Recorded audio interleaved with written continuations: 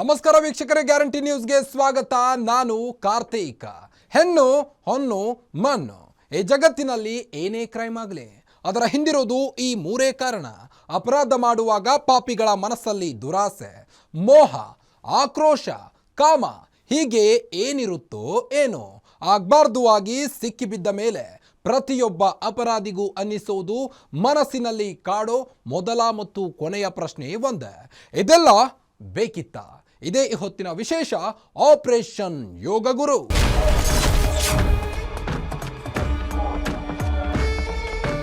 ಅಂತಾರಾಷ್ಟ್ರೀಯ ಮಟ್ಟದಲ್ಲಿ ಪ್ರಖ್ಯಾತಿ ಹೊಂದಿದ್ದ ಯೋಗ ಗುರು ನಿರಂಜನ್ ಮೂರ್ತಿಯನ್ನ ಬಂಧಿಸಲಾಗಿದೆ. ಈತ ಯೋಗ ಹೇಳಿಕೊಡೋ ನೆಪದಲ್ಲಿ ಹಲವಾರು ಮಹಿಳೆಯರಿಗೆ ಲೈಂಗಿಕ ಕಿರುಕುಳ ನೀಡಿದ್ದ ಅನ್ನೋ ಆರೋಪ ಕೇಳಿ ಬಂದಿತ್ತು. ಇದರ ನಡುವೆ ಒಬ್ಬ ಸಂತ್ರಸ್ತೆ ನೀಡಿದ ದೂರಿನಿಂದ ನಿರಂಜನ್ ಮೂರ್ತಿ ಜೈಲು ಸೇರಿದ್ದಾನೆ. ಇಷ್ಟಕ್ಕೂ ಏನಿದು ಕಾಮಕ್ರೀಮಿಯ ಕಾಮದಾಟ ಅನ್ನೋದನ್ನ ನೋಡೋಣ ಬನ್ನಿ. ಈ ಫೋಟೋದಲ್ಲಿರೋ ವ್ಯಕ್ತಿಯನ್ನ ಒಮ್ಮೆ ನೋಡ್ಕೊಂಡು ಬಿಡಿ. ಈತನ ಹೆಸರು ನಿರಂಜನ್ ಮೂರ್ತಿ. ಯೋಗದಲ್ಲಿ PhD ಮಾಡಿ ಹೆಸರಿನ ಮುಂದೆ ಡಾಕ್ಟರ್ ಅನ್ನೋ ಉಪನಾಮವನ್ನ ಹೊಂದಿದ್ದಾನೆ. ಹೀಗೆ ಯೋಗದಲ್ಲಿ PhD ಮಾಡಿರೋ ಈತ ಕರ್ನಾಟಕ ಯೋಗಾಸನ ಕ್ರೀಡಾ ಸಂಸ್ಥೆಯ ಕಾರ್ಯದರ್ಶಿ ಕೂಡ ಆಗಿದ್ದ. ಈತ ಯೋಗ ಹೇಳಿಕೊಡೋದನ್ನ ಮಾತ್ರ ಮಾಡಿದ್ದಿದ್ರೆ ಇವತ್ತು ಈತ ಸರುಳುಗಳ ಹಿಂದೆ ನಿಲ್ಲಬೇಕಿರಲಿಲ್ಲ. ಆದ್ರೆ ಯೋಗದ ಜೊತೆಗೆ ಮಾಡಿದ್ದು ಮಾತ್ರ ಘನಘೋರ ಅಪರಾಧ.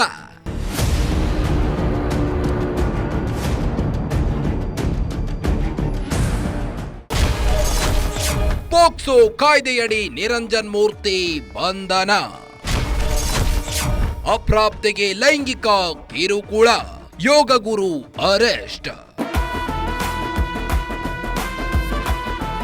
ಡಾಕ್ಟರ್ ನಿರಂಜನ್ ಮೂರ್ತಿ ಬೆಂಗಳೂರಿನ ರಾಜರಾಜೇಶ್ವರಿ ನಗರದಲ್ಲಿ ಸನ್ಶೈನ್ ದಿ ಯೋಗ ಝೋನ್ ಅನ್ನೋ ಸಂಸ್ಥೆ ನಡೆಸುತ್ತಿದ್ದ.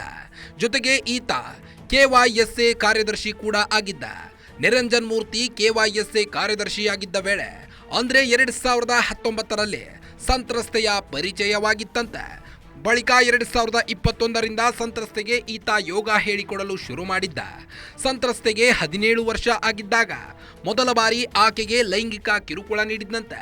ಹೀಗಾಗಿ ಸಂತ್ರಸ್ತೆ ದೂರು ನೀಡಿದ ಬಳಿಕ ರಾಜರಾಜೇಶ್ವರಿ ನಗರ ಪೊಲೀಸರು ಈತನ ವಿರುದ್ಧ ಪೋಕ್ಸೋ ಕಾಯ್ದೆಯಡಿ ಕೇಸ್ ದಾಖಲಿಸಿ ನಿರಂಜನ್ ಮೂರ್ತಿಯನ್ನ ಬಂಧಿಸಿದ್ದಾರೆ.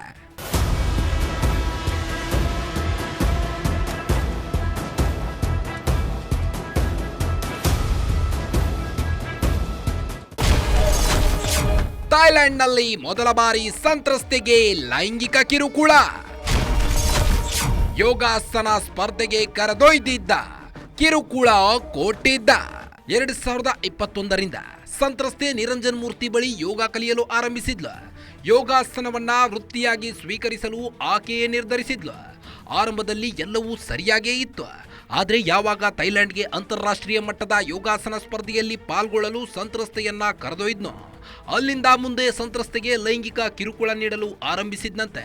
ಆಕೆಗೆ ಅವಾರ್ಡ್ ಕೊಡಿಸುವ ಆಮಿಷವಡ್ಡಿ ಮತ್ತು ಸರ್ಕಾರಿ ಕೆಲಸ ಕೊಡಿಸೋ ನೆಪದಲ್ಲಿ ಆಕೆಯನ್ನ ಲೈಂಗಿಕವಾಗಿ ಬಳಸಿಕೊಳ್ಳೋಕೆ ಪ್ರಯತ್ನಿಸಿದ್ದಂತೆ. ನಿರಂಜನ್ ಮೂರ್ತಿ ಕಾಟ ತಾಳಲಾಗದೆ ಯೋಗಾಸನಕ್ಕೆ ಬಾಯ್ ಬಾಯ್. 2023ರಲ್ಲಿ ಯೋಗಾಸನ ಸ್ಪರ್ಧೆಯಲ್ಲಿ ಭಾಗವಹಿಸಲು ಥೈಲ್ಯಾಂಡ್ಗೆ ಹೋದಾಗ ಸಂತ್ರಸ್ತೆ ಮೇಲೆ ಲೈಂಗಿಕ ದೌರ್ಜನ್ಯ ಎಸಗಿದ್ದ. ನಿರಂಜನ್ ಮೂರ್ತಿಯ ಲೈಂಗಿಕ ಕಿರುಕುಳದಿಂದ ಬೇಸತ್ತಿದ್ದ ಯುವತೆ 2023ರಲ್ಲಿ ವೃತ್ತಿಪರ ಯೋಗಾಸನವನ್ನ ತೋರಿದ್ಲಂತೆ. ಯೋಗಾಸನವೂ ಬೇಡ, ಯಾವುದೂ ಬೇಡ ಅಂತ ನಿರ್ಧರಿಸಿದ್ದ ಸಂತ್ರಸ್ತೆ ತನ್ನ ಪಾಡಿಗೆ ತಾನಿರಲು ನಿರ್ಧರಿಸಿ ಯೋಗಾಸನಕ್ಕೆ ಗುಡ್ ಬೈ ಹೇಳಿದ್ಲಂತೆ.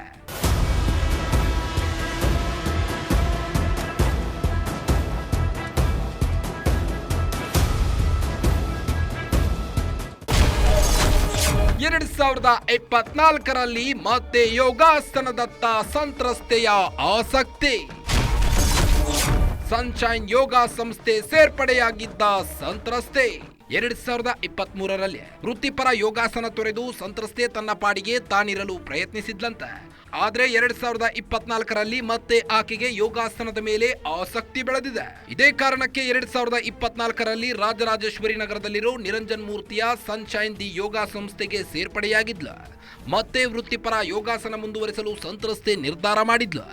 ಯಾವಾಗ ಸಂತ್ರಸ್ತೆ ಸನ್ಶೈನ್ ದಿ ಯೋಗ ಸಂಸ್ಥೆ ಸೇರಿದ್ಲು, ಅಲ್ಲಿಂದ ಮತ್ತೆ ನಿರಂಜನ್ ಮೂರ್ತಿ ಲೈಂಗಿಕ ಕಿರುಕುಳ ನೀಡಲು ಆರಂಭಿಸಿದ್ನಂತೆ. ಅನೇಕ ಆಮಿಷಗಳನ್ನ ಒಡ್ಡಿ ಸಂತ್ರಸ್ತೆ ಮೇಲೆ ಲೈಂಗಿಕ ದೌರ್ಜನ್ಯ. ಆಗಸ್ಟ್ನಲ್ಲಿ 1 ಬಾರಿ ದೈಹಿಕ ಸಂಪರ್ಕ, 2ನೇ ಬಾರಿ ಕಿರುಕುಳ. 2024ರಲ್ಲಿ ಸಂತ್ರಸ್ತೆ ಸನ್ಶೈನ್ ದಿ ಯೋಗ ಸಂಸ್ಥೆಗೆ ಸೇರ್ಪಡೆಯಾಗಿದ್ಲು. ಇದಾದ ಬಳಿಕ ಆಕೆಗೆ ನಿರಂಜನ್ ಮೂರ್ತಿ ನಿರಂತರವಾಗಿ ಲೈಂಗಿಕ ಕಿರುಕುಳ ನೀಡಿದ್ದಂತೆ. ಯೋಗಾಸನ ಸ್ಪರ್ಧೆಗಳಲ್ಲಿ ಅವಾರ್ಡ್ ಕೊಡಿಸುವ ಆಮಿಷ ಒಡ್ಡಿ ಸರ್ಕಾರಿ ಕೆಲಸ ಕೊಡಿಸುವ ಆಸೆ ತೋರಿಸಿ ಲೈಂಗಿಕ ದೌರ್ಜನ್ಯ ಎಸಗಿದ್ದ ಅಂತ ಸಂತ್ರಸ್ತೆ ತನ್ನ ದೂರಿನಲ್ಲಿ ಆರೋಪಿಸಿದ್ದಾಳೆ. ಆದರೆ ನಿರಂಜನ್ ಮೂರ್ತಿಯ ಕಾಮಪುರಾಣ ಇಲ್ಲಿಗೆ ನಿಲ್ಲಲಿಲ್ಲ. ಈ ವರ್ಷದ ಆಗಸ್ಟ್ನಲ್ಲಿ ಸಂತ್ರಸ್ತೆ ಜೊತೆ 1 ಬಾರಿ ದೈಹಿಕ ಸಂಪರ್ಕ ಬೆಳೆಸಿದ್ದಂತೆ. ಆಗಸ್ಟ್ 22ರಂದು 2ನೇ ಬಾರಿ ಲೈಂಗಿಕ ಸಂಪರ್ಕ ಹೊಂದಲು ಯತ್ನಿಸಿದ್ದ ಅಂತ ದೂರಿನಲ್ಲಿ ಆರೋಪಿಸಲಾಗಿದೆ. ನಿರಂಜನ್ ಮೂರ್ತಿಯ ನಿರಂತರ ಕಿರುಕುಳದಿಂದ ಬೇಸತ್ತ ಯುವತಿ ರಾಜರಾಜೇಶ್ವರಿ ನಗರ ಠಾಣೆಯಲ್ಲಿ ದೂರು ದಾಖಲಿಸಿದ್ದಾಳೆ.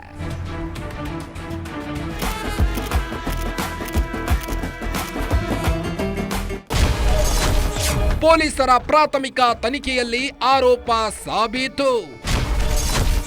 ನಿರಂಜನ್ ಮೂರ್ತಿಗೆ ಕೋರ್ಟ್ನಿಂದಲೂ ಸಿಗಲ್ಲ ರಿಲೀಫ್. ನಿರಂಜನ್ ಮೂರ್ತಿ ನಿರಂತರವಾಗಿ ಲೈಂಗಿಕ ಕಿರುಕುಳ ನೀಡುವುದನ್ನ ತಾಳಲಾರದೆ ಆಗಸ್ಟ್ 30ರಂದು ಸಂತ್ರಸ್ತೆ ಪೊಲೀಸರಿಗೆ ದೂರು ನೀಡಿದ್ಲು. ಪೋಕ್ಸೋ ಕಾಯ್ದೆಯಡಿ ದೂರು ದಾಖಲಾಗಿದೆ ಅಂತ ಗೊತ್ತಾದ ಬಳಿಕ ನಿರಂಜನ್ ಮೂರ್ತಿ ತಲೆಮರೆಸಿಕೊಂಡಿದ್ದ.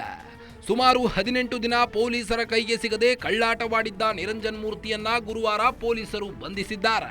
ಪೋಕ್ಸೋ ಕಾಯ್ದೆಯಡಿ ಕೇಸ್ ದಾಖಲು ಮಾಡಿರುವುದರಿಂದ ನಿರಂಜನ್ ಮೂರ್ತಿಗೆ ಸುಲಭವಾಗಿ ಜಾಮೀನು ಸಿಗಲ್ಲ ಅಂತ ಕಾನೂನು ತಜ್ಞರು ಅಭಿಪ್ರಾಯ ವ್ಯಕ್ತಪಡಿಸಿದ್ದಾರೆ. ಈ ಹಿಂದೆ ಪಾಂಡಿಚೇರಿಯಲ್ಲೂ ಮೂರ್ತಿ ವಿರುದ್ಧ ಕೇಸ್.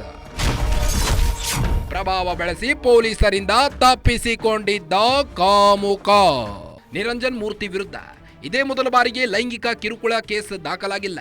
ಬದಲಿಗೆ ಈ ಹಿಂದೆ ಪಾಂಡಿಚೇರಿಯಲ್ಲೂ ನಿರಂಜನ್ ಮೂರ್ತಿ ವಿರುದ್ಧ ಲೈಂಗಿಕ ಕಿರುಕುಳದ ಕೇಸ್ ದಾಖಲಾಗಿತ್ತು.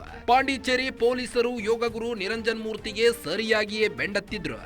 ಬಳಿಕ ತನಗಿದ್ದ ಪ್ರಭಾವ ಬಳಸಿ ಆತ ಆ ಕೇಸ್ನಿಂದ ತಪ್ಪಿಸಿಕೊಂಡಿದ್ದ ಅಂತ ಗೊತ್ತಾಗಿದೆ.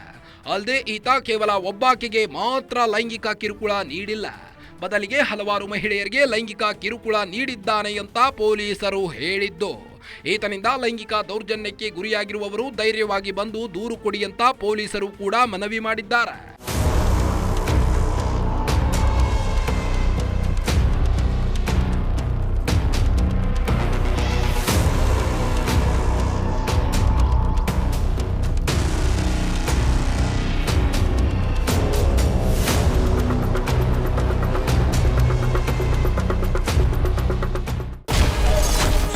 ಜನಪ್ರತಿನಿಧಿಗಳು ಸ್ವಾಮೀಜಿಗಳೇ ಈತನಿಗೆ ಶ್ರೀರಕ್ಷೆಯಂತೆ.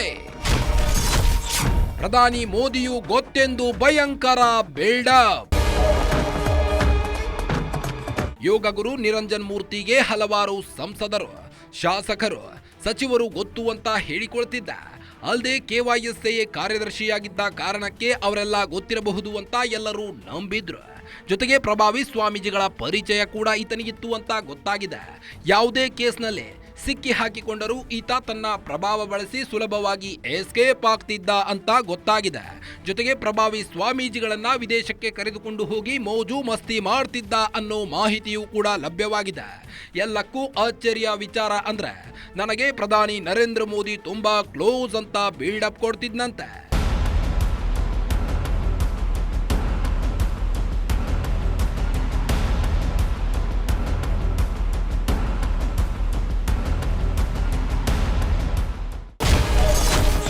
ಯೋಗದ ಹೆಸರಲ್ಲಿ ಲಕ್ಷ ರೂಪಾಯಿ ದೇಣಿಗೆ ಕಲೆಕ್ಟ್. ಚೀನಾದಲ್ಲೂ ಯೋಗ ಕೇಂದ್ರ ಆರಂಭಿಸಲು ಮಾಡಿದ್ದ ಸಿದ್ಧತೆ. ಈ ನಿರಂಜನ್ ಮೂರ್ತಿ ಯೋಗದಲ್ಲಿ ಮಾತ್ರವೇ PhD ಮಾಡಿಲ್ಲ, ಯೋಗದ ಹೆಸರಲ್ಲಿ ಹೇಗೆ ಹಣ ಎತ್ತಬೇಕು ಅನ್ನೋದರಲ್ಲಿ PhD ಮಾಡಿದ್ದಾನೆ. ಯಾಕಂದ್ರೆ ಈತ ಯೋಗ ಸ್ಪರ್ಧೆಗಳನ್ನ ಆಯೋಜನೆ ಮಾಡ್ತೀನಿ ಅಂತ ಲಕ್ಷ ರೂಪಾಯಿ ದೇಣಿಗೆ ಸಂಗ್ರಹ ಮಾಡಿ ಐಷಾರಾಮಿ ಜೀವನ ನಡೆಸುತ್ತಿದ್ದಾನೆ. ಭಾರತದಲ್ಲಿ ಯೋಗ ಕೇಂದ್ರ ಸಾಲದು ಅಂತ ಚೀನಾದಲ್ಲೂ ಯೋಗ ಕೇಂದ್ರ ಆರಂಭಿಸಲು ಸಿದ್ಧತೆ ಮಾಡಿದ್ದ ಅನ್ನೋ ಮಾಹಿತಿಯೂ ಕೂಡ ಲಭ್ಯವಾಗಿದೆ.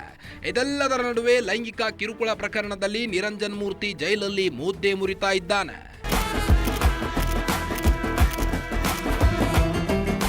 ಇದೇ ಮಂಗಳವಾರ ಸಂಜೆ ವಿಜಯಪುರ ಜಿಲ್ಲೆಯ ಚಡಚಣ SBI ಬ್ಯಾಂಕ್ನಲ್ಲಿ ದರೋಡೆಕೋರರು ಕೈಚಳಕ ಮೆರೆದಿದ್ರು. ಈ ಕೇಸ್ನಲ್ಲಿ ವಿಜಯಪುರ ಪೊಲೀಸರು ಮೊದಲ ಜಯ ಸಾಧಿಸಿದ್ದಾರೆ. ದರೋಡೆಕೋರರು ಕದ್ದೊಯ್ದಿದ್ದ 20 ಕೆಜಿ ಚಿನ್ನಾಭರಣಗಳಲ್ಲಿ ಹಲವರನ್ನ ಜಪ್ತಿ ಮಾಡಲಾಗಿದೆ. ಆದರೆ ಇದುವರೆಗೆ ದರೋಡೆಕೋರರ ಸುಳಿವು ಮಾತ್ರ ಸಿಕ್ಕಿಲ್ಲ.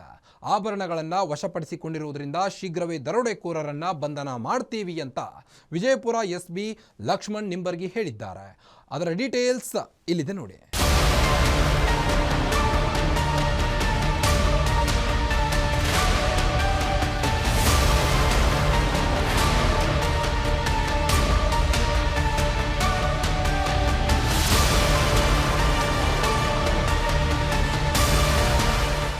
ಮನೆಯ ಮೇಲ್ಛಾವಣಿಯಿಂದ ಬ್ಯಾಗ್ ಇಳಿಸ್ತಿರೋ ಪೊಲೀಸರು, ದರೋಡೆ ಮಾಡಿ ಪರಾರಿಯಾಗುವ ವೇಳೆ ಗ್ರಾಮಸ್ಥರಿಗೆ ಗುದ್ದಿ ನಿಂತಿರೋ ಕಾರು, ತಮಗೆ ಸಿಕ್ಕ ಹಣ ಮತ್ತು ಒಡವೆಗಳನ್ನು ಪೊಲೀಸರಿಗೆ ಹಸ್ತಾಂತರಿಸ್ತಿರೋ ಗ್ರಾಮಸ್ಥರು. ಈ ದೃಶ್ಯಗಳು ಕಂಡುಬಂದಿದ್ದು ಮಹಾರಾಷ್ಟ್ರದ ಸೊಲ್ಲಾಪುರ ಜಿಲ್ಲೆಯ ಹುಲಜಂತಿ ಗ್ರಾಮದಲ್ಲೇ. ಚಡಚಣದಲ್ಲಿ ಕದ್ದರು, ಹುಲಜಂತಿಯಲ್ಲಿ ಬಿಟ್ಟು ಹೋದರು. ದರೋಡೆ ಮಾಡಿದ್ದ ಹಣ, ಚಿನ್ನ ವಶಪಡಿಸಿಕೊಂಡ ಕಾಕಿ. ಸೆಪ್ಟೆಂಬರ್ 16, 2025 ಮಂಗಳವಾರ, ಸಮಯ ಸಂಜೆ 6:30. ವಿಜಯಪುರ ಜಿಲ್ಲೆಯ ಚಡಚನಪಟ್ಟಣದಲ್ಲಿರುವ SBI ಬ್ಯಾಂಕ್ನಲ್ಲಿ ಮೂವರು ದರೋಡೆಕೋರರು 20 ಕೆಜಿ ಚಿನ್ನ, 1 ಕೋಟಿ ರೂಪಾಯಿ ನಗದು ದರೋಡೆ ಮಾಡಿ ಪರಾರಿಯಾಗಿದ್ರು. ವಿಷಯ ತಿಳಿಯುತ್ತಿದ್ದಂತೆ ಚಡಚನಪಟ್ಟಣದ ಜನ ಬ್ಯಾಂಕ್ ಮುಂದೆ ಜಮಾಯಿಸಿದ್ರು. ಜೊತೆಗೆ ಪೊಲೀಸರು ಬಂದು ಬ್ಯಾಂಕ್ನಲ್ಲಿ ಮಹಜರು ಮಾಡ್ತಿದ್ರು. ವಿಷಯ ತಿಳಿದ ವಿಜಯಪುರ ಜಿಲ್ಲಾ ಎಸ್ಪಿ ಲಕ್ಷ್ಮಣ್ ನಿಂಬರ್ಗಿ ಸ್ಥಳಕ್ಕೆ ಧಾವಿಸಿದ್ರು. ಅಲ್ಲದೆ ದರೋಡೆಕೋರರನ್ನ ಬಂಧಿಸಲು 8 ತಂಡಗಳನ್ನ ರಚನೆ ಮಾಡಿ ಪೊಲೀಸರು ಅಖಾಡಕ್ಕೆ ಇಳಿದಿದ್ರು. ಚಡಚಣದ SBI ಬ್ಯಾಂಕ್ನಲ್ಲಿ ದರೋಡೆ ಮಾಡಿದ ಬಳಿಕ ದರೋಡೆಕೋರರು ಮಹಾರಾಷ್ಟ್ರದ ಪಂಡ್ರಾಪುರದ ಕಡೆ ಹೋಗ್ತಿದ್ರು. ಈ ವೇಳೆ ಮಹಾರಾಷ್ಟ್ರದ ಸೊಲ್ಲಾಪುರ ಜಿಲ್ಲೆಯ ಹುಲಜಂತಿ ಗ್ರಾಮದ ಬಳಿ ದರೋಡೆಕೋರರು ಒಂದು ಬೈಕ್ಗೆ ಡಿಕ್ಕಿ ಹೊಡೆದಿದ್ರು. ಇದನ್ನ ಪ್ರಶ್ನಿಸಲು ಮುಂದಾದ ಬೈಕ್ ಚಾಲಕನಿಗೆ ಪಿಸ್ತೂಲು ತೋರಿಸಿ ಹೆದರಿಸಿದ್ರು. ಗ್ರಾಮಸ್ಥರು ಕಾರಿಗೆ ಮುತ್ತಿಗೆ ಹಾಕೋಕೆ ಮುಂದಾದಾಗ ಕಾರನ್ನ ಬಿಟ್ಟು ಮೂವರು ದರೋಡೆಕೋರರು 2 ಬ್ಯಾಗ್ಗಳನ್ನ ಎತ್ತಿಕೊಂಡು ಎಸ್ಕೇಪ್ ಆಗಿದ್ರು. ಈ ವೇಳೆ ಹುಲಜಂತಿ ಬಳಿ ಪಾಳು ಬಿದ್ದ ಕಟ್ಟಡವೊಂದರಲ್ಲಿ ಒಂದು ಬ್ಯಾಗ್ ಬಿಟ್ಟು ಪರಾರಿಯಾಗಿದ್ರು. ಅದನ್ನ ಪೊಲೀಸರು ವಶಪಡಿಸಿಕೊಂಡಿದ್ದಾರೆ. ಗಾಡಿ ಒಂದು ಮೋಟರ್ ಸೈಕಲ್ ಕಟ್ ಹೊಡೆದನ್ರಿ. ಕಟ್ ಹೊಡೆನ ಪಾರ್ಗಳು ಬೆನ್ನು ಹತ್ತ ನಾವು ಗಾಡಿ ಮುಂದೆ ಗಾಡಿ ಹೋಗಲ್ದ್ರಿ. ಬೋಳ್ನ ಗಾಡಿ ಹಾಕಿದ್ರಿ. ಇಲ್ಲಿ ಗಾಡಿ ಹೋಗಲ್ದು. ಗಾಡಿ ಹೋಗಲ್ದಾಗ ಹಿಂದೆ ರಿವರ್ಸ್ ಹೊಡಿಲಕ್ಕೆ ಹೋಗ್ಯಾನ. ಮತ್ತೊಂದು ಗಾಡಿ ಏನೋ ಬಿದ್ದದ್ರಿ. ಅದ್ರ ಬಾಕಲ್ ತೆರೆದು ಕೇಳಕ್ಕೆ ಹೋಗೋಣ. ಡ್ರೈವರ್ ಹಣ ಒಬ್ಬನೇ ಇದ್ರಿ ಗಾಡಿಯಾಗ. ಅವ್ಲಗಿನ ಪಿಸ್ತೂಲಿ ತೆಗ್ದನ್ರಿ. ಕಿವಿಗೆ ಹಸನ್ ಪಾರ್ ಹೊಳಿ ಹೋಗ್ಯದ್ರಿ. ಆಯ್ತು ಬ್ಯಾಗ್ 2 ಬ್ಯಾಗ್ ತೊಗೊಂಡು ಈ ಕಡೆದು ಈ ಬೋರ್ಣಂದು ಓಡಿ ಹೋಗ್ಯಾನ್ರಿ. ಇಲ್ಲೊಂದು ಒಕ್ಕಟನ ಒಂದು ಸಿಕ್ಕದು ಏನೋ ಒಂದಾದ್ರಿ ಅಲ್ಲಿ.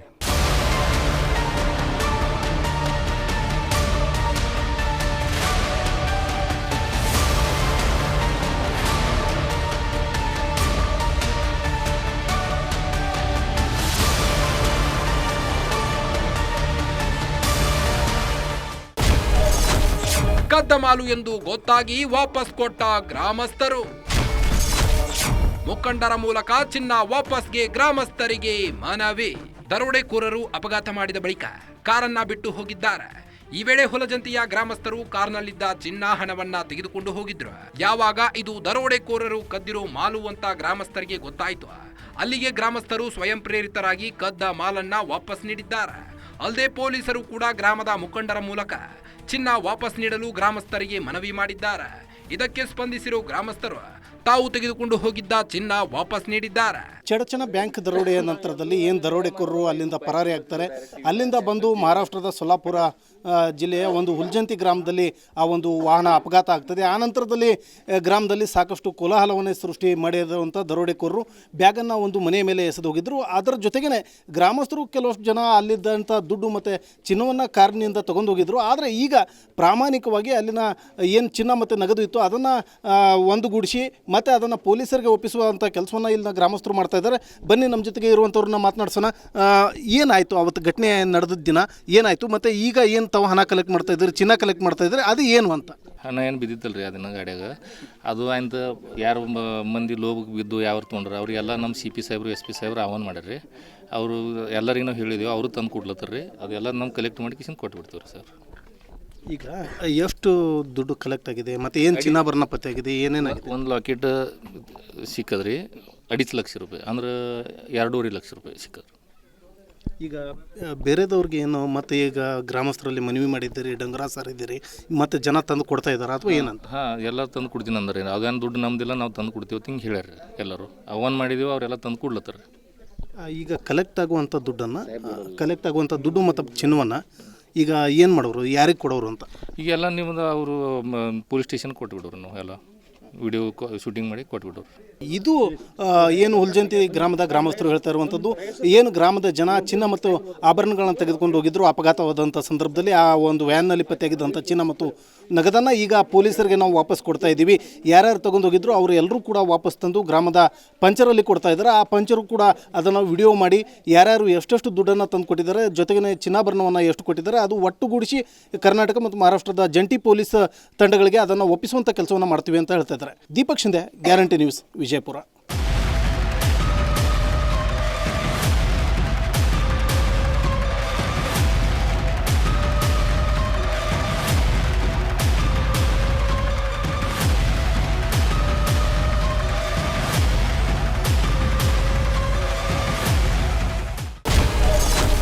ಕದ್ದ ಕಾರಿನಲ್ಲಿ ಬಂದು ದರೋಡೆ ಮಾಡಿದ್ದ ಕಿರಾತಕರು. ಮಹಾರಾಷ್ಟ್ರ ಕಾರು ಕಳ್ಳತನ, ಕರ್ನಾಟಕದಲ್ಲಿ ದರೋಡೆ. ವಿಜಯಪುರ ಜಿಲ್ಲೆ ಚಡಚನಪಟ್ಟಣ ಅಂತಾರಾಜ್ಯ ಗಡಿಯಿಂದ ಕೇವಲ 15 ಕಿಲೋಮೀಟರ್ ದೂರದಲ್ಲಿದೆ. ಹೀಗಾಗಿ ಚಡಚನದಲ್ಲಿ ದರೋಡೆ ಮಾಡಿದ ಕಿರಾತಕರು ಮಹಾರಾಷ್ಟ್ರಕ್ಕೆ ಎಸ್ಕೇಪ್ ಆಗಿದ್ದಾರೆ. ಈ ಮೂಲಕ ಕರ್ನಾಟಕ ಪೊಲೀಸರಿಗೆ ಚಳ್ಳೆ ಹಣ್ಣು ತಿನ್ನಿಸಲು ಯತ್ನಿಸಿದ್ದಾರೆ. ಆದರೆ ದರೋಡೆಕೋರರು ಅದೊಂದು ದೊಡ್ಡ ತಪ್ಪು ಮಾಡಿದ್ದಾರೆ. ದರೋಡೆ ಮಾಡಲು ಬಳಸಿದ್ದ ಕಾರನ್ನ ಮಹಾರಾಷ್ಟ್ರದಲ್ಲಿ ಕದ್ದಿದ್ದಾರೆ. ಹೀಗಾಗಿ ಕಾರು ಕಳ್ಳರನ್ನ ಹಿಡಿಯಲು ಮಹಾರಾಷ್ಟ್ರ ಪೊಲೀಸರು ಕೂಡ ಬಲೆ ಬೀಸಿದ್ದಾರೆ. ಇದೇ ಕಾರಿನಲ್ಲಿ ಕರ್ನಾಟಕದಲ್ಲಿ ದರೋಡೆ ಮಾಡಿದ್ದಾರೆ. ಹೀಗಾಗಿ ಕರ್ನಾಟಕ ಮತ್ತು ಮಹಾರಾಷ್ಟ್ರ ಪೊಲೀಸರು ಜಂಟಿಯಾಗಿ ಅಖಾಡಕ್ಕೆ ಇಳಿದಿದ್ದು ದರೋಡೆಕೋರರ ಬಂಧಿಸಲು ಮುಂದಾಗಿದ್ದಾರೆ. ತನಿಖೆ ಇನ್ನೂ ಚುರುಕುಗೊಂಡಿದೆ. ಆದಷ್ಟು ಬೇಗ ಉಳಿದಂತಹ ಆರೋಪಿಗಳು ಮತ್ತು ಉಳಿದಂತಹ ಮಾಲನ್ನು ಪತ್ತೆ ಮಾಡುವಲ್ಲಿ ಪೊಲೀಸ್ ಇಲಾಖೆ ಕೆಲಸ ಮಾಡ್ತಾ ಇದೆ. ಈಗಾಗಲೇ ಅವರೇನು ಅಫೆನ್ಸಿಗೆ ಯೂಸ್ ಮಾಡಿದ್ರು ವೆಹಿಕಲ್ಸ್ಗಳು, ಈಗಾಗಲೇ ಅವು ಕಳ್ಳತನ ಮಾಡಿರುವಂಥ ವೆಹಿಕಲ್ಸ್ಗಳು ಮಂಗಳವಾಡೆ ಪೊಲೀಸ್ ಠಾಣೆ, ಏನು ಮಹಾರಾಷ್ಟ್ರ ಸೋಲಾಪುರ ಜಿಲ್ಲೆ ಮಂಗಳವಾಡೆ ಪೊಲೀಸ್ ಠಾಣೆ ಇದೆ, ಅಲ್ಲಿಯೂ ಕೂಡ ಈ ಕಳ್ಳತನ ಪ್ರಕರಣಗಳು ದಾಖಲಾಗಿದ್ದಾವೆ. ಮಹಾರಾಷ್ಟ್ರ ಪೊಲೀಸರು ಸೋಲಾಪುರ್ SP ಮತ್ತು ಅವರ ತನಿಖಾ ತಂಡನೂ ಕೂಡ ಈ ಬೈಕ್ ಮತ್ತು ಕಾರ್ ಅಫೆಂಡರ್ಸ್ ಏನಿದ್ದಾರೆ, so they are nothing but ನಮ್ಮ ಬ್ಯಾಂಕ್ ಕಳ್ಳತನ ರಾಬರಿ ಏನು ಮಾಡಿದ್ದಾರೆ ಅವರೇ ಇದ್ದಾರೆ. ಸೊ ಹಾಗಾಗಿ ಅವರ ತನಿಖಾ ತಂಡ ಮತ್ತು ನಮ್ಮ ತನಿಖಾ ತಂಡ ಸಹಯೋಗದೊಂದಿಗೆ ಆದಷ್ಟು ಬೇಗ ಆರೋಪಿಗಳನ್ನು ಪತ್ತೆ ಮಾಡಿ ಉಳಿದಂಥ ಮಾಲನ್ನು ವಶಪಡಿಸಿಕೊಳ್ಳುವ ಸಾಧ್ಯತೆ ನಾವು ಮಾಡ್ತಾ ಇದ್ದೀವಿ. ದರೋಡೆಯಾಗಿದ್ದ 41 ಲಕ್ಷ ರಿಕವರಿ ಮಾಡಿದ ಪೊಲೀಸರು. ಹುಲಜಂತಿ ಗ್ರಾಮದಲ್ಲಿ 6.5 kg ಚಿನ್ನವು ಕಾಕಿ ವಶಕ್ಕೆ. ಚಡಚಣದ SBI ಬ್ಯಾಂಕ್ನಲ್ಲಿ ದರೋಡೆ ಮಾಡಿದ ಖತರ್ನಾಕ್ಗಳು ಹುಲಜಂತಿ ಬಳಿ ಅಪಘಾತ ಎಸಗಿದ್ರು. ಈ ವೇಳೆ ಗ್ರಾಮಸ್ಥರ ಜೊತೆಗೆ ಸಂಘರ್ಷ ಏರ್ಪಟ್ಟಿತ್ತು. ಈ ವೇಳೆ ಕಾರು ಬಿಟ್ಟು ಪರಾರಿಯಾಗಿದ್ದ ದರೋಡೆಕೋರರು 2 ಬ್ಯಾಗ್ಗಳನ್ನ ಎತ್ತಿಕೊಂಡು ಹೋಗಿದ್ರು ಅನ್ನೋ ಮಾಹಿತಿ ವಿಜಯಪುರ ಪೊಲೀಸರಿಗೆ ಸಿಕ್ಕಿತ್ತು. ತಕ್ಷಣ ಎಚ್ಚೆತ್ತ ಪೊಲೀಸರು ಮಹಾರಾಷ್ಟ್ರ ಪೊಲೀಸರ ಜೊತೆ ಸೇರಿ ಶೋಧ ಕಾರ್ಯಾಚರಣೆ ಕೈಗೊಂಡಿದ್ರು. ಈ ವೇಳೆ ಸುಮಾರು 41,04,000 ರೂಪಾಯಿ ಹಣವನ್ನ ರಿಕವರಿ ಮಾಡಿದ್ದಾರೆ. ಅಲ್ಲದೆ ಹುಲಜಂತಿ ಗ್ರಾಮದ ಪಾಳು ಬಿದ್ದ ಮನೆ ಮೇಲೆ ಬಿದ್ದಿದ್ದ ಬ್ಯಾಗ್ನಿಂದ ಸುಮಾರು 6.5 kg ಚಿನ್ನ ವಶಕ್ಕೆ ಪಡೆದಿದ್ದೇವೆ ಅಂತ ವಿಜಯಪುರ SP ಲಕ್ಷ್ಮಣ್ ನಿಂಬರ್ಗಿ ಮಾಹಿತಿ ನೀಡಿದ್ದಾರೆ. ಹುಲಜಂತಿ ಗ್ರಾಮದಲ್ಲಿ ಆ ವೆಹಿಕಲ್ ಹೋಗ್ಬೇಕಾದ್ರೆ ಅಲ್ಲಿ ಲೋಕಲ್ ವಿಲೇಜರ್ಸ್ ಜೊತೆಗೆ ಆಕ್ಸಿಡೆಂಟ್ ಆಗಿ ಜಗಳ ಮಾಡಿ ಅಲ್ಲಿ ಆರ್ಗ್ಯುಮೆಂಟ್ ಆಗಿತ್ತು. ಆ ಹಿನ್ನೆಲೆಯಲ್ಲಿ ಆ ವ್ಯಕ್ತಿ ಅಲ್ಲಿದ್ದಂಥ ಜನರಿಗೂ ಕೂಡ ಹೆದರಿಸಿ ಆ ವಸ್ತುಗಳನ್ನ ತೆಗೆದುಕೊಂಡು ಹೋಗಿದ್ದ ಅನ್ನುವಂಥ ಒಂದು ನಮಗೆ ಮಾಹಿತಿ ಆಧಾರದ ಮೇಲೆ ಅಲ್ಲಿ ಹೋಗಿ ನೋಡಿದಾಗ ಆ ವೆಹಿಕಲ್ದಲ್ಲಿನೂ ಕೂಡ ನಮಗೆ ಕೆಲವೊಂದಿಷ್ಟು ಗೋಲ್ಡ್ ಪ್ಯಾಕೆಟ್ಸು ಮತ್ತು ದುಡ್ಡು ಕೂಡ ಸಿಕ್ಕಿತ್ತು. ಸೊ ಆ 21 ಗೋಲ್ಡ್ ಪ್ಯಾಕೆಟ್ಸು ಮತ್ತು ಸುಮಾರು 1,03,000 ಕ್ಯಾಶ್ ಸಿಕ್ಕಿತ್ತು. ಆ ಹಿನ್ನೆಲೆಯಲ್ಲಿ ನಾವು ತನಿಖೆಯನ್ನು ಮತ್ತಿಷ್ಟು ತೀವ್ರವಾಗಿ ಗೊಳಿಸ್ತೀವಿ. ಅವತ್ತಿನ ದಿನವೇ ಪೂರ್ತಿ ಆ ಹಳ್ಳಿಯನ್ನು ಸೋಲಾಪುರ್ ಪೊಲೀಸರ ಜೊತೆಗೆ ಮತ್ತು ಅಲ್ಲಿದ್ದಂಥ ಲೋಕಲ್ ಇನ್ಸ್ಪೆಕ್ಟರ್ DYSPಗಳ ಜೊತೆಗೆ ನಮ್ಮ ಎಂಟೈರ್ ವಿಜಯಪುರ ಪೊಲೀಸರು ಆ ಊರನ್ನು ಪೂರ್ತಿ ಕಾರ್ಡನ್ ಮಾಡಿಬಿಟ್ಟು ಆರೋಪಿ ಅಲ್ಲಿದ್ದರೂ ಕೂಡ ಹೊಲ ಆಗಿರ್ಬೋದು ಮನೆ ಆಗಿರ್ಬೋದು ತಪ್ಪಿಸ್ಕೊಂಡು ಹೋಗಲಾರ್ದಾಗೆ ಕಳೆದ 2 ದಿನದಿಂದ ಏನು ಅಲ್ಲಿ ಕಾರ್ಡನಿಂಗು ಮತ್ತು ಸರ್ಚ್ ಆಪ್ರೇಷನ್ ಮಾಡಿದಾಗ ನಮಗೆ ನಿನ್ನೆ ಸಾಯಂಕಾಲ ಏನು ಒಂದು ಪಾಳು ಬಿದ್ದಂಥ ಮನೆಯ ಮೇಲೆ ಒಂದು ಬ್ಯಾಗ್ ಸಿಕ್ಕಿದೆ. ಆ ಬ್ಯಾಗು ಕೂಡ ಏನು ನಮ್ಮ ಅಫೆನ್ಸ್ ಮಾಡಿದವರು ಇದ್ದಾರಲ್ಲ ಅದೇ ಬ್ಯಾಗ್ ಅದು. ಅದರಲ್ಲಿ ನಮಗೆ 41,04,000 ಕ್ಯಾಶ್, 41,04,000 ಕ್ಯಾಶು ಮತ್ತು ಸುಮಾರು 6.54 kg ಗೋಲ್ಡು ವರ್ತ್ 136 ಪ್ಯಾಕೆಟ್ಸ್ ಇರುವಂಥದ್ದು ಅದು ಕೂಡ ದೊರಕಿದೆ.